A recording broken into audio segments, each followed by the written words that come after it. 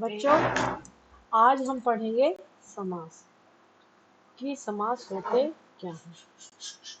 समास का सबसे पहले अर्थ कि समास का अर्थ क्या होता है। समास का अर्थ है संक्षेपीकरण या घटाना या संक्षिप्त करना या कम करना, यानी कि किसी चीज को बहुत छोटा करके उसे बताना, तो वह हमारा क्या कहलाएगा, समास।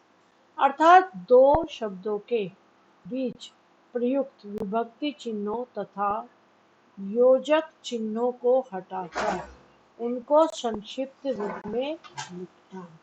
यानी कोई दो शब्द है, उनके बीच में कोई विभक्ति चिन्ह लगा हुआ है या योजक चिन्ह जो उन्हें जोड़ता है, तो उसे हटाकर एक संक्षिप्त रूप में लिखना ही हमारा क्या होता है, समास होता है। जैसे सेना का नायक, इसमें योजक है, योजक चिन्ह कौन सा है, का।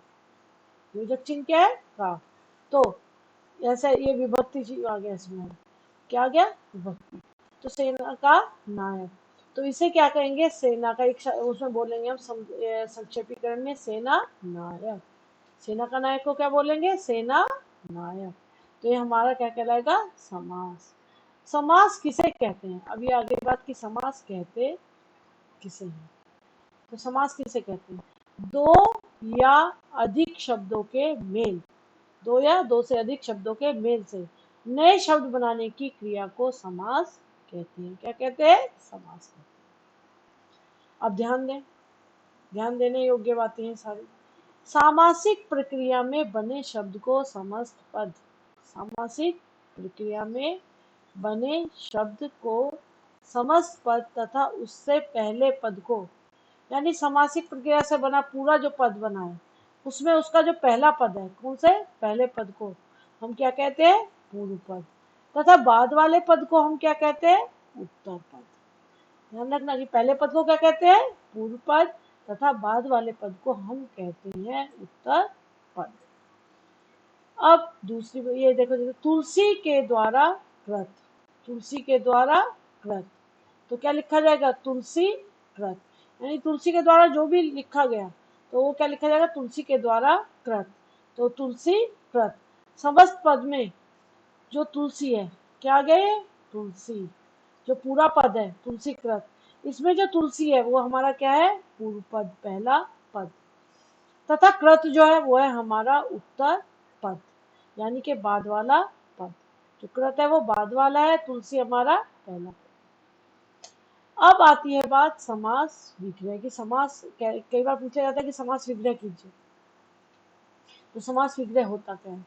समासिक पद को उससे उसके पहले वाली अवस्था में लाना समास विग्रह कहलाता है। जो समासिक पद है उसको पहले वाली अवस्था में, यानी जो पहले विभक्ति चिन्ह लगे थे या योजक चिन्ह लगे थे उससे मिलकर बने थे, उस अवस्था में वापस लाना समास विग्रह क्या कहलाता है, समास विग्रह कहलाता है। जैसे गंगा जल, यहाँ पे क्या है, सामासिक पद है गंगा जल। अब इसका विग्रह कर रहे हैं तो गंगा का जल, किसके द्वारा हो रहा है, का, विभक्ति चिन्ह के द्वारा। ठीक है। अब आता है समास के भेद, कि समास के भेद कितने होते हैं। समास के 6 भेद होते हैं। कौन से भेद होते हैं, 6। अव्ययी भाव समास, तत्पुरुष समास, नंबर 3 द्वंद्व समास, नंबर 4 बहुव्रीहि समास, नंबर 5 कर्मधारय समास और नंबर 6 द्विगु समास। तो हमारे कितने माने गए हैं, 6 भेद माने गए हैं। तो आज हम पढ़ेंगे अव्ययी भाव समास। कौन सा पढ़ेंगे आज हम, नंबर 1 पे जो ये हमारा ये है अव्ययी भाव समास, आज हम अव्ययी भाव समास पढ़ेंगे। जिस समास का पहला पद अव्यय होता है, क्या होता है, पहला पद अव्यय होता है, उसे हम क्या कहते हैं, अव्ययी भाव समास कहते हैं। क्या कहते हैं, अव्ययी भाव समास। इसे पहचानने के तरीके, इसमें पहचानने का देखो पहला पॉइंट क्या है, पहला पद प्रधान होता है। इसका जो पहला पद होता है अव्ययी भाव समास का, वो क्या होता है, प्रधान।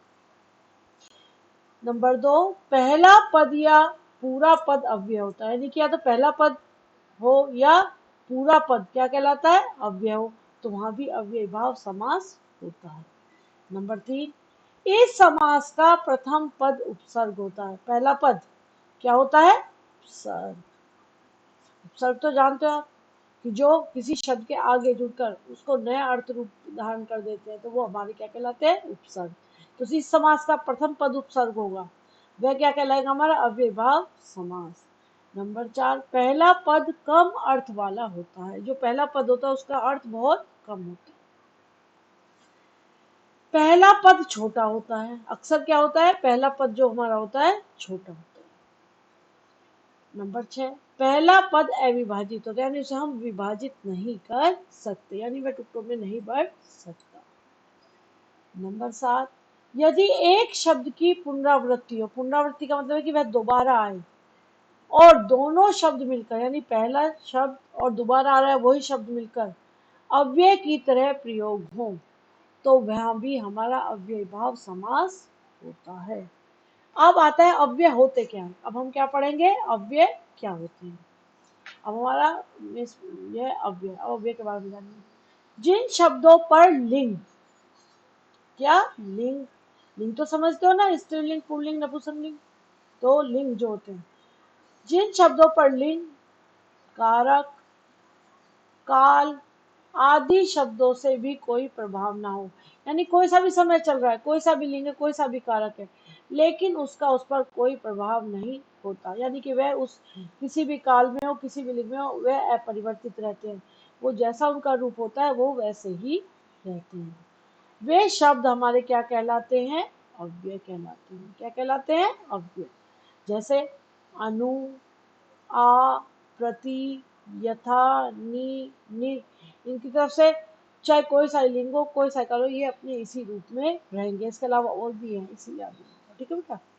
अब आते हैं जैसे, अब यानी कि अव्ययीभाव समास जो है, जैसे हमें दे दिया गया समासिक पद यथा शक्ति, तो ये क्या है? दो शब्दों से मिलके बना है, यथा शक्ति। यथा क्या है इसमें?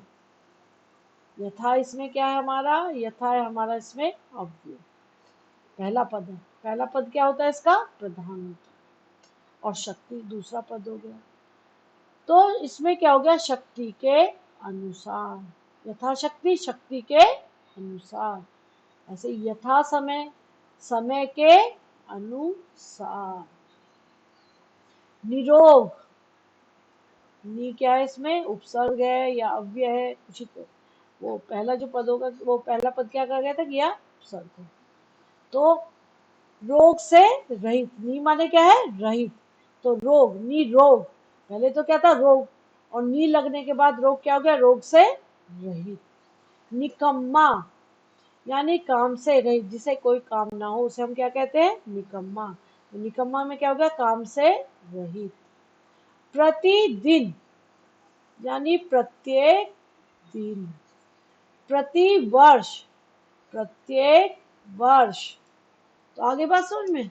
नहीं। इसके बाद हमारा है आमरण, मरने तक। आमरण, मरने तक। अनुरूप, रूप के योग्य, अनुमाने योग्य, अनुमाने योग्य, रूप के योग्य। निर्विवाद, निर्विवाद, यानी निर क्या हो गया? बिना, विवाद के। बखूबी, ब माने साथ, खूबी यानी खूबी के साथ, बखूबी कहते हैं ना कि ये बखूबी कार्य किया तुमने, यानी बड़ी खूबी के साथ कार्य किया। एक एक, यानी अभी यह आ गया कि वही एक जो शब्द होता है पहले वो दोबारा होता है, उसकी पुनरावृत्ति होती है, एक का एक लिखा जाए तो उसे लिखेंगे एक के बाद एक। यहाँ पर भी हमारा अव्ययीभाव समास होगा, ठीक है बेटा।